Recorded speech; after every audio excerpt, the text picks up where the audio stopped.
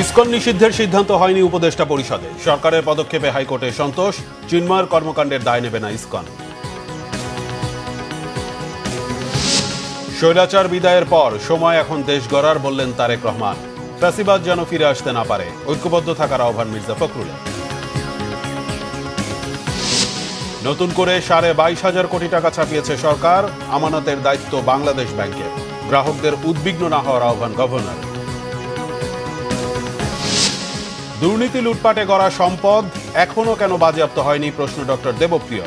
রবিবার প্রধান উপদেষ্টাকে রিপোর্ট দেবে শ্বেতপত্র প্রণয়ন কমিটি। দেখছিলেন গ্রাউন্ড সিমেন্ট সংবাদ শিরোনাম। ইসকনকে নিষিদ্ধ করার বিষয়ে উপদেষ্টা পরিষদে কোনো সিদ্ধান্ত হয়নি বলে জানিয়েছেন বন ও পরিবেশ উপদেষ্টা সৈয়দা রিজওয়ানা হাসান। জানান, কোনো সংগঠনকে নিষিদ্ধের বিষয়ে আলোচনা হয়নি। এটি সংগঠন নয়, ব্যক্তির বিরুদ্ধে অভিযোগ হিসেবে সরকার দেখছে বলেও পরিষ্কার করেন পরিবেশ ও বন উপদেষ্টা। বৃহস্পতিবার সকালে তেজগাঁওয়ে প্রধান উপদেষ্টার কার্যালয়ে উপদেষ্টা পরিষদের বৈঠকে এ বিষয়ে আলোচনা হয়। এছাড়া দেশের সাম্প্রতিক রাজনৈতিক পরিস্থিতি, সাম্প্রদায়িক উত্তেজনা নিয়েও আলোচনা হয়। পরে সন্ধ্যায় ব্রিফিংয়ে ওই বৈঠকে নেওয়া সিদ্ধান্তের বিষয়ে বিস্তারিত জানানো হয়।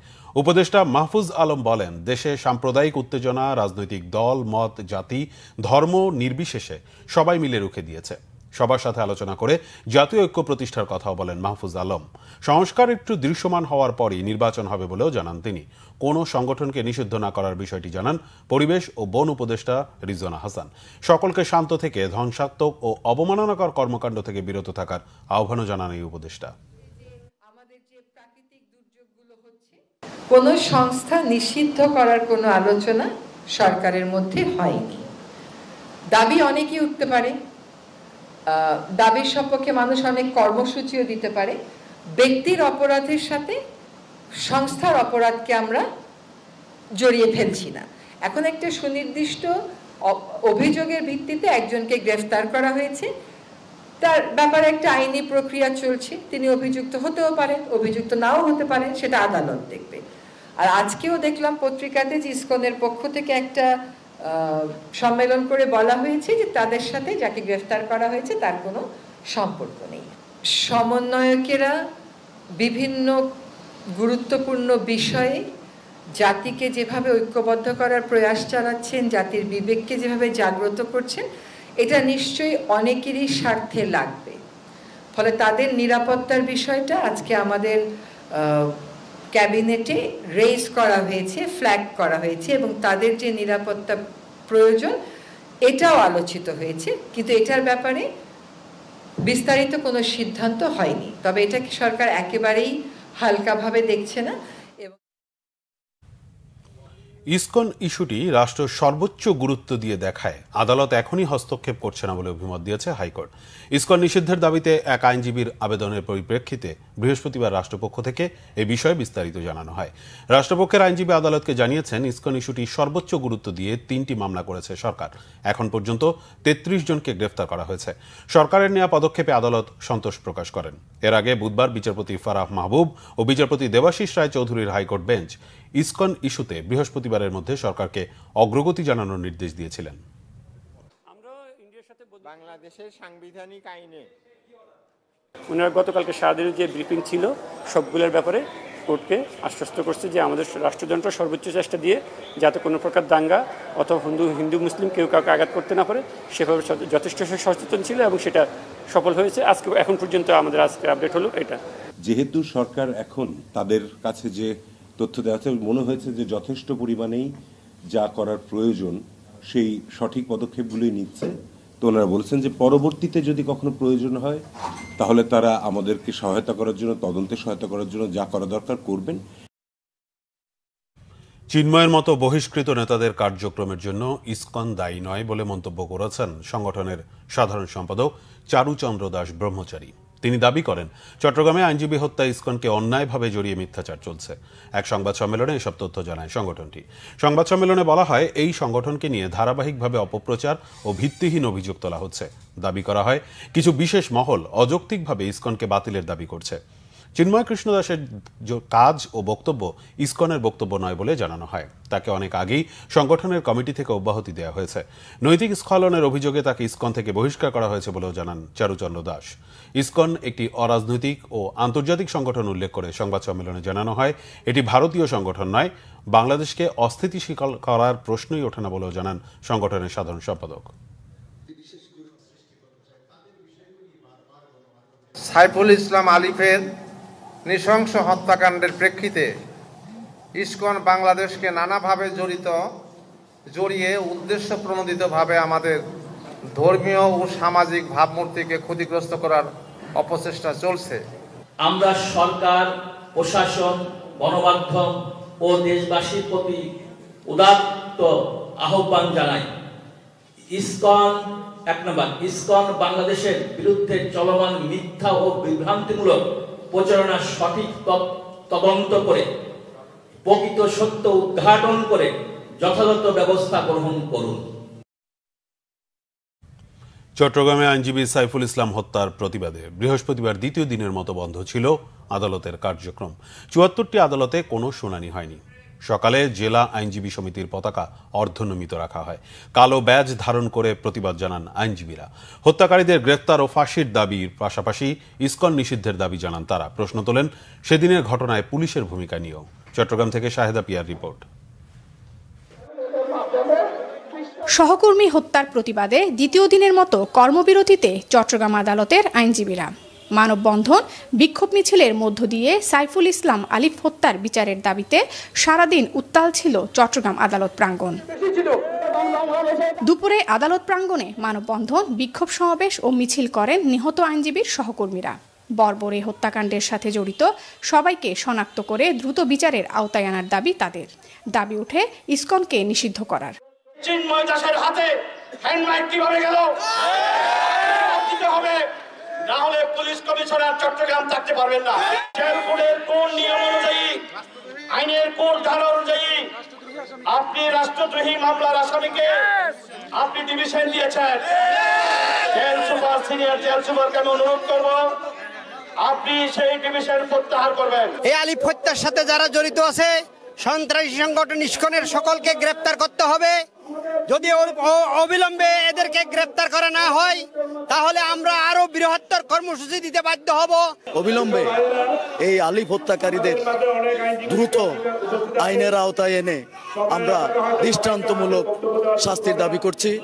এদিকে ইসকনের তৎপরতা বাংলাদেশে কিভাবে চলে সে প্রশ্ন তুলেছেন জামায়াতে ইসলামীর কেন্দ্রীয় সেক্রেটারি জেনারেল। আমরা এই হত্যাকাণ্ডের সাথে সম্পৃক্তদের অবিলম্বে গ্রেফতার দাবি করছি এবং আইনের আওতায় এনে তার বিচার দাবি করছি। সরকারকে অনুরোধ করব যে এরকম একটি জঙ্গিবাদ এবং চরম সাম্প্রদায়িক সন্ত্রাসী একটি সংগঠনের তৎপরতা দেশে কি করে চলতে পারে। আমাদের দেশে আইন আছে, সেই আইনের ভিত্তিতেই এ বিষয়ে সরকারের দ্রুত সিদ্ধান্ত। মঙ্গলবার বাংলাদেশ সম্মিলিত সনাতন জাগরণ মঞ্চের মুখপাত্র চিন্ময় কৃষ্ণ দাসের জামিন না মঞ্জুর নিয়ে তার অনুসারীদের তাণ্ডব, হামলা, ভাঙচুরের ঘটনায় 3টি মামলা হয়েছে। গ্রেফতার করা হয়েছে 28 জনকে। শাহেদা পিয়া, বাংলা ভিশন, চট্টগ্রাম। সেনাবাহিনী ও আইন শৃঙ্খলা বাহিনী সক্রিয় থাকায় চট্টগ্রামের পরিস্থিতির আর অবনতি হয়নি, জানিয়েছেন সেনা সদরের military operation director colonel Intekhab Haider Khan. যে কোনো উস্কানি বা ইন্ধন থেকে সাধারণ মানুষকে সতর্ক থাকার আহ্বান জানানো হয়েছে। দেশের আইন শৃঙ্খলা রক্ষায় সেনাবাহিনীর কার্যক্রম নিয়ে ব্রিফিংয়ে বৃহস্পতিবার তিনি জানান, গত 13 নভেম্বর থেকে বিভিন্ন অনাকাঙ্ক্ষিত ঘটনায় এ পর্যন্ত 228 জন মাদক ব্যবসায়ী ও অন্যান্য ঘটনায় 1328 জনকে বিভিন্ন স্থান থেকে গ্রেফতার করেছে সেনাবাহিনী।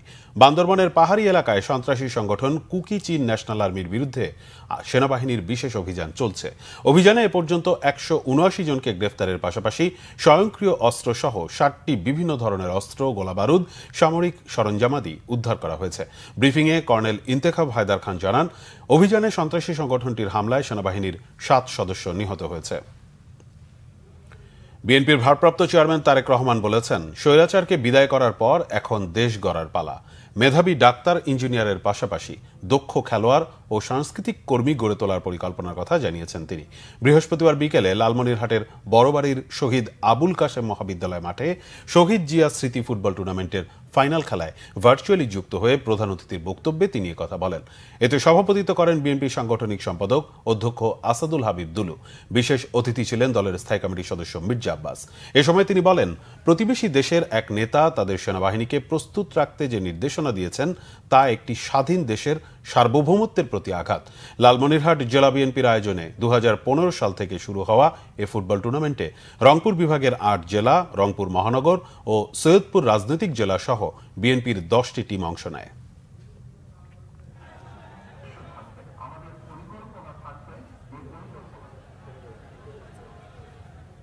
আমাদের শুধু মেধাবী ডাক্তার বা ইঞ্জিনিয়ার বা আর্কিটেক্ট থাকলেই চলবে না।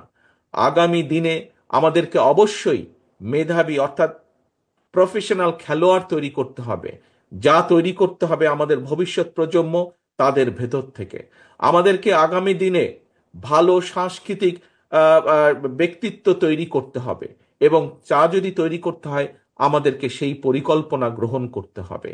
ইনশাল্লাহ আল্লাহর রহমতে বাংলাদেশ জাতীয়তাবাদী দল সরকার গঠনে সক্ষম হলে আগামী দিনে আমাদের লক্ষ্য থাকবে, উদ্দেশ্য থাকবে, আমাদের পরিকল্পনা থাকবে। যে পরিকল্পনা আমরা নিয়েছি, এই দেশের মাটি থেকে, এই দেশের সন্তানদের ভেতর থেকে আমরা ভালো খেলোয়াড় বের করে নিয়ে আসব, যেই খেলাগুলো আন্তর্জাতিক পর্যায়েও জনপ্রিয়। এরকম 8-10টি খেলাকে আমরা বাছাই করব এবং বাছাই করার মাধ্যমে এই দেশের মানুষের ভেতর থেকে, দেশের সন্তানদের ভেতর থেকে আমরা বের করে নিয়ে আসার চেষ্টা করব কারা সেই খেলাগুলোতে ভালো করতে পারবে। ফ্যাসিবাদ ফিরে আসার পথ যেন আবার তৈরি না হয় সে ব্যাপারে সতর্ক থাকার আহ্বান জানিয়েছেন বিএনপি মহাসচিব মির্জা ফখরুল ইসলাম আলমগীর। তিনি বলেন, পতিত স্বৈরাচার দেশে অস্থিতিশীলতা তৈরির চেষ্টা করছে। এজন্য কোনো অনৈক্য নয়, ঐক্যের মাধ্যমেই সামনে এগিয়ে যেতে হবে। ন্যূনতম সংস্কার করেই নির্বাচন দেওয়া প্রয়োজন বলে মনে করেন তিনি। বলেন, ইসকনের বিষয়টি উদ্দেশ্য প্রণোদিত, সবাইকে শান্ত থেকে সবকিছু মোকাবেলা করতে হবে। আরো জানাচ্ছেন জাহাঙ্গীর আকন্দ। জাতীয় প্রেস ক্লাবে রাষ্ট্র পুনর্গঠনের লেখক, কবি, শিল্পীদের ভূমিকা নিয়ে আলোচনা সভা করে জাতীয় কবিতা পরিষদ। এতে বিএনপির মহাসচিব মির্জা ফখরুল ইসলাম আলমগীর বলেন, পরিকল্পিতভাবে পতিত স্বৈরাচার দেশকে অস্থিতিশীল করার ষড়যন্ত্র করছে। সতর্ক থাকতে সবার প্রতি আহ্বান জানান তিনি। আমরা যারা আছি, যারা পক্ষে ছিলাম, যারা লড়াই করেছি, সংগ্রাম করেছি, আমরা কেন এখানে বিভাজন সৃষ্টি করি? আজকে বিভিন্ন জায়গায় বিভিন্ন কথা শুনলে রীতিমতো ভয় হয় যে আজকে আমরা এই সময় এখনই এটাকে আমরা পুরো আন্দোলনকে একটা ভিন্ন দিকে নেওয়ার চেষ্টা করছি। যে আমাদের মনে হয় যে আমাদের সকলেরই এখন যেটা উচিত যে অনৈক্য সৃষ্টি না করে ঐক্যের মধ্য থেকে আমরা যে সুযোগটা সামনে পেয়েছি সেই সুযোগটাকে কাজে লাগিয়ে অন্তত আমরা কিছুটা হলেও সামনে এগিয়ে যাই। ফ্যাসিবাদ পরাজিত হয়েছে, ফ্যাসিবাদ যে কোনো সময় আবার ফিরে আসতে পারে। আমরা সেই রাস্তা যেন তৈরি করে না দিই। আজকে আমরা দুর্ভাগ্যজনকভাবে এমন কতগুলো কাজ করছি যে কাজগুলোর মধ্যে দিয়ে কিন্তু ফ্যাসিবাদের ফিরে আসার সম্ভাবনা অনেক বেড়ে গেছে। বহুল আলোচিত সমালোচিত ইসকন নিয়েও কথা বলেন বিএনপির মহাসচিব। ভারতবর্ষের মিডিয়ার বিষয়গুলো দেখতে পাই। কাল রাতেই আমাকে কয়েকজন ফোন দিয়েছেন, তাদের একটাই মাত্র প্রশ্ন যে ইসকনের ব্যাপারে আপনারা কি করছেন। এই প্রশ্নটা অত্যন্ত একেবারেই আপনার উদ্দেশ্য প্রণোদিত একটা অবস্থা তারা তৈরি করতে চায়। সেই অবস্থা নিয়ে প্রথমবার ফেল করেছে, এখন আবার নতুন করে আবার সেই অবস্থা তৈরি করছে। এটা আমাদেরকে সজাগ থাকতে হবে। আর আমরাও সেখানে কোনো মতেই যেন আবার সেখানে আরো একটা বিভাজন সৃষ্টি না করি। এখন যেটা এই মুহূর্তে যেটা প্রয়োজন, সবাইকে শান্ত থেকে বিষয়গুলোকে অনুধাবন করে আমাদের ধীরে ধীরে এগিয়ে যাওয়া এবং সবাইকে সঙ্গে নিয়ে সামনের দিকে আগানো। এছাড়া কোনো পথ আছে বলে আমি অন্তত মনে করি না। আলোচনা সভায় রাজনৈতিক দলের নেতা ও সুশীল সমাজের প্রতিনিধিরা বলেন, রাজনৈতিক সংস্কৃতির পরিবর্তন না হলে কোনো সংস্কারই টিকবে না।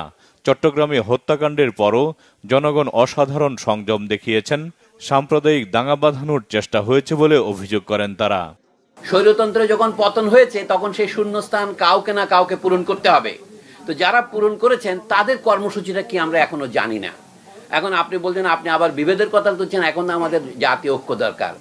হাড় যদি ভেঙে যায় চামড়ার ঐক্য দিয়ে হয়। সেই জন্য আমাদের ঐক্যের কথাটা ভাবতে হবে। যদি স্বৈরতন্ত্রের পুনর্বাসন আমরা না চাই তাহলে এই যে গণতন্ত্রের অদ্ভুত সব সংজ্ঞা দিচ্ছে, স্বৈরতান্ত্রিকদেরকেও নির্বাচনে দাঁড়াবার সুযোগ দিতে হবে, এটা কি করে কথা হতে পারে? আমরা শুনতেছি যারা গণহত্যার জন্য দায়ী, ইংরেজি যেটাকে ম্যাসাকার বলে, তাদের বিচার করার আগে তো তাদের নির্বাচনে আসতে দেওয়ার কোনো প্রশ্নই ওঠে না। আমাদের চ্যালেঞ্জ হলো আওয়ামী ন্যারেটিভের কবর দিয়ে প্রপার ইতিহাসের সঠিক ধারায় সঠিক ন্যারেটিভ সেটাকে প্রতিষ্ঠা করতে। আপনাকে প্রয়োজনীয় সংস্কারগুলো করে অবাধ নিরপেক্ষ বিশ্বাসযোগ্য নির্বাচন করতে হবে। গ্রহণযোগ্য নির্বাচনের মধ্য দিয়ে মানুষের গণতান্ত্রিক আকাঙ্ক্ষাকে ধারণ করে নির্বাচন দিয়ে যদি বেরিয়ে যেতে পারে, নিশ্চয়ই এই সরকারকে আমরা সাধুবাদ জানাবো। আলোচকরা বলেন, মানুষ নতুন উদাহরণ তৈরি করেছে, তারা কোনো উস্কানিতে পা দেবে না। জাহাঙ্গীর আকন্দ, বাংলা ভিশন, ঢাকা। এদিকে যে কোনো নৈরাজ্য ও হঠকারী সিদ্ধান্ত জাতির জন্য বড় ক্ষতির কারণ হয়ে উঠতে পারে বলে মন্তব্য করেছেন বিএনপি মহাসচিব মির্জা ফখরুল ইসলাম আলমগীর। ফ্যাসিস্টরা সুযোগ পায় এমন কোনো পদক্ষেপ না নিতে সবার প্রতি আহ্বানও জানান তিনি। সংবাদপত্র মালিকদের সংগঠন newspaper owners association of Bangladesh নোয়াবের সাথে রাজনৈতিক দলের মতবিনিময় সভায় এসব কথা বলেন বিএনপি মহাসচিব। আক্রমণের মুখে স্বাধীন সাংবাদিকতা ও গণমাধ্যম প্রতিষ্ঠান শীর্ষক আলোচনায় মির্জা ফখরুল বলেন, পতিত স্বৈরাচার ও তাদের দোসররা দেশের মানুষের গণতান্ত্রিক অধিকার নস্যাতের পায়তারা করছে। ঐক্যবদ্ধভাবে যে কোনো ষড়যন্ত্র মোকাবেলায় সবাইকে সজাগ থাকার আহ্বানও জানান মির্জা ফখরুল। প্রধান উপদেষ্টা অধ্যাপক ডক্টর মোহাম্মদ ইউনূস বলেছেন, তিনি নিজেকে রংপুরের সন্তান বলে মনে করেন, কারণ তিনি জুলাই আগস্ট বিপ্লবে শহীদ আবু সাঈদের সাহস ও আত্মত্যাগে গভীরভাবে অনুপ্রাণিত। বৃহস্পতিবার তেজগাঁওয়ে নিজ কার্যালয়ে আবু সাঈদের পরিবারের সদস্যদের স্বাগত জানিয়ে তিনি বলেন, রংপুরের একজন উপদেষ্টা হিসেবে তাকে বিবেচনা করতে। প্রধান উপদেষ্টা এ সময় শহীদ আবু সাঈদ ফাউন্ডেশনের সনদপত্র আবু সাঈদের পরিবারের হাতে তুলে দেন। আবু সাঈদের বাবা মকবুল হোসেন সনদপত্র গ্রহণ করেন। আবু সাঈদের ভাতিজা মোহাম্মদ লিটন মিয়াও উপস্থিত ছিলেন সেখানে। প্রধান উপদেষ্টা আবু সাঈদের বাবা মায়ের স্বাস্থ্যের খোঁজ খবর নেন এবং সরকারের পক্ষ থেকে সর্বোচ্চ সহায়তার আশ্বাস দেন।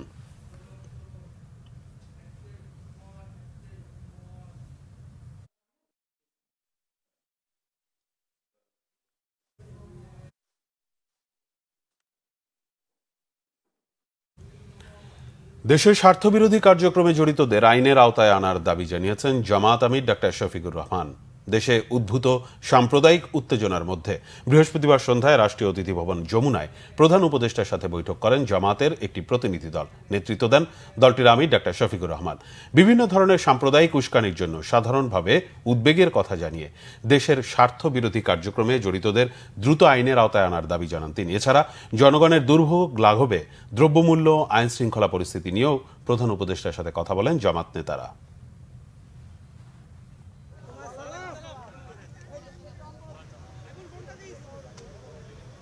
দেশের স্বার্থবিরোধী কর্মকাণ্ডে যারাই জড়িত থাকবে তাদেরকে অবশ্যই আইনের আওতায় আনতে হবে। আইনের আওতায় এনে দেশকে শান্তি শৃঙ্খলা ফিরিয়ে দিতে হবে এবং এর জন্য প্রয়োজন হচ্ছে সর্বোচ্চ জাতীয় ঐক্য। দল মত ধর্ম ভিন্নতা থাকবে, এটা খুব স্বাভাবিক, কিন্তু জাতীয় স্বার্থের জায়গাগুলোতে আমরা যেন সবাই একমত থাকতে পারি, ঐক্যবদ্ধ থাকতে পারি। আপনাদের মাধ্যমে আমরা সেই আহ্বান জানাই এবং আমরা সেখানেও এটা তুলে ধরেছি। দুর্বল ব্যাংকগুলোর তারল্য সহায়তা দিতে টাকা না ছাপানোর অবস্থান থেকে সরে এসে বাংলাদেশ ব্যাংক নতুন করে ছাপিয়েছে 22,500 কোটি টাকা। Bangladesh bank governor doctor Ahsan H Mansur জানিয়েছেন, রবিবার থেকে গ্রাহকরা চাহিদা মতোই টাকা পাবেন, তবে সবাই টাকা নিতে গেলে কোনো ব্যাংকই দিতে পারবে না। গ্রাহকের আমানত নিয়ে চিন্তার কিছু নেই, এটি নিয়ে মাথা ব্যথা কেন্দ্রীয় ব্যাংকের বলেও জানান তিনি। বৃহস্পতিবার কেন্দ্রীয় ব্যাংকের সংবাদ সম্মেলনে governor doctor Ahsan H Mansur আশ্বস্ত করেন গ্রাহকদের। জানান, ব্যাংক খাতে অস্থিরতা দূর করতে চায় কেন্দ্রীয় ব্যাংক। তিনি বলেন, অর্থ না ছাপানোর অবস্থান থেকে সাময়িকভাবে সরে এসেছে কেন্দ্রীয় ব্যাংক। গ্রাহকের কথা চিন্তা করে দুর্বল 6টি ব্যাংককে দেয়া হচ্ছে টাকা। কেন্দ্রীয় ব্যাংক খেলাপি ঋণের প্রকৃত পরিমাণ বের করেছে বলেও জানান governor doctor Ahsan H Mansur.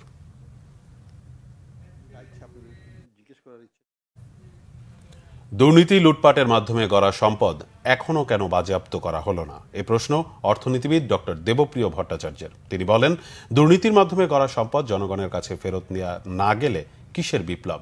সরকার যোগ্যতা ও দক্ষতার সাথে দেশ চালাতে ব্যর্থ হলে জনগণ হতাশ হবে, এমন মন্তব্য তার।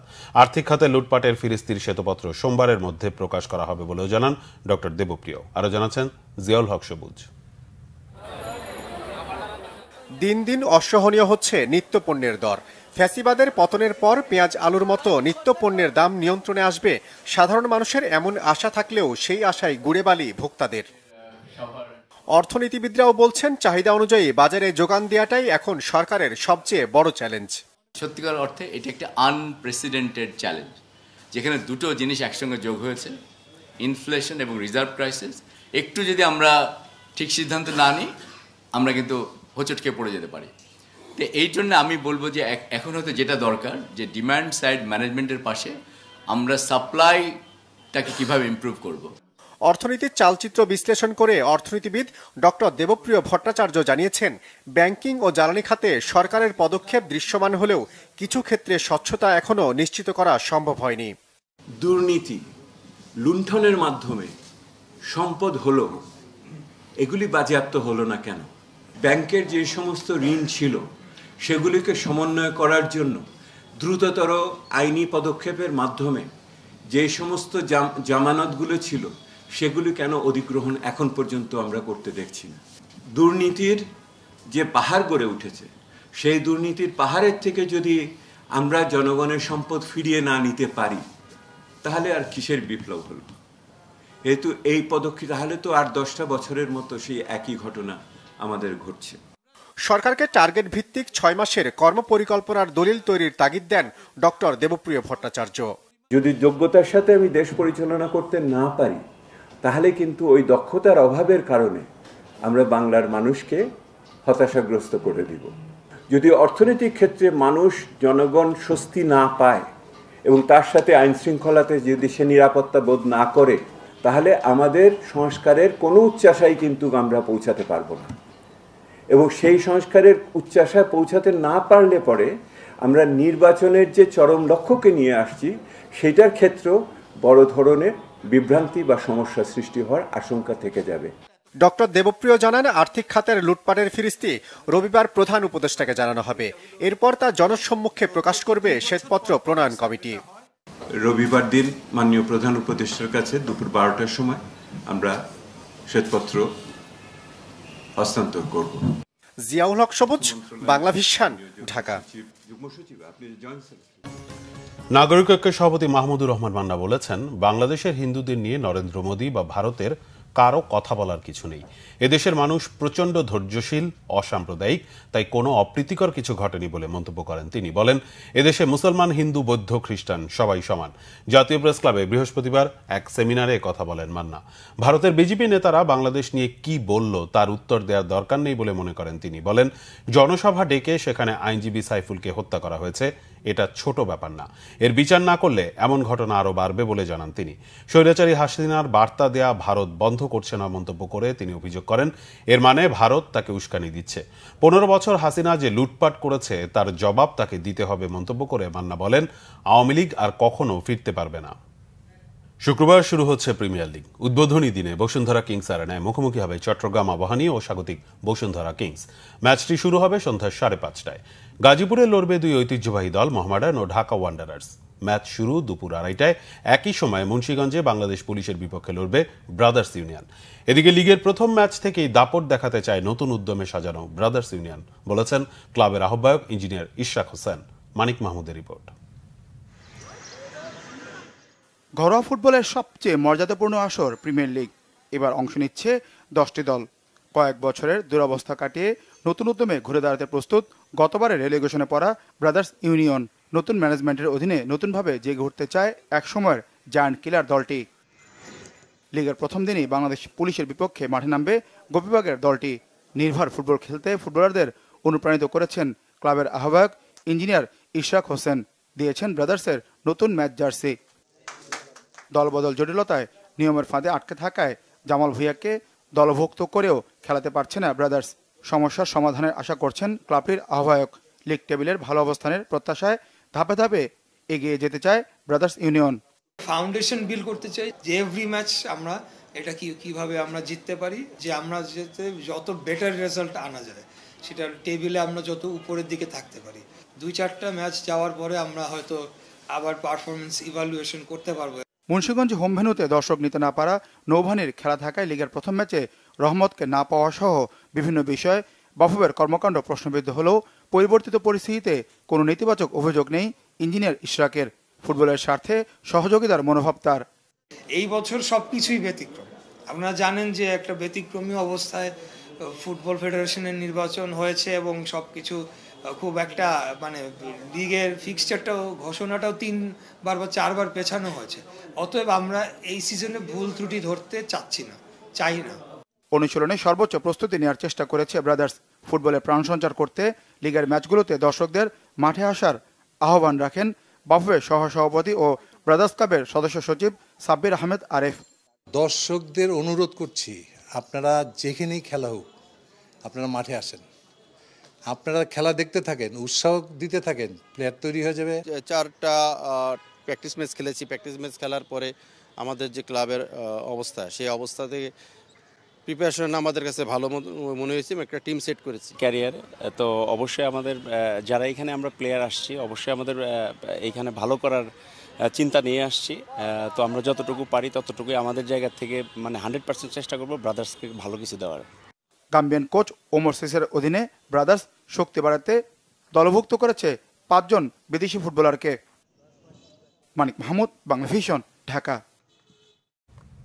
সংবাদ শেষ করব ক্রাউন সিমেন্ট শিরোনামগুলো আরেকবার জানিয়ে।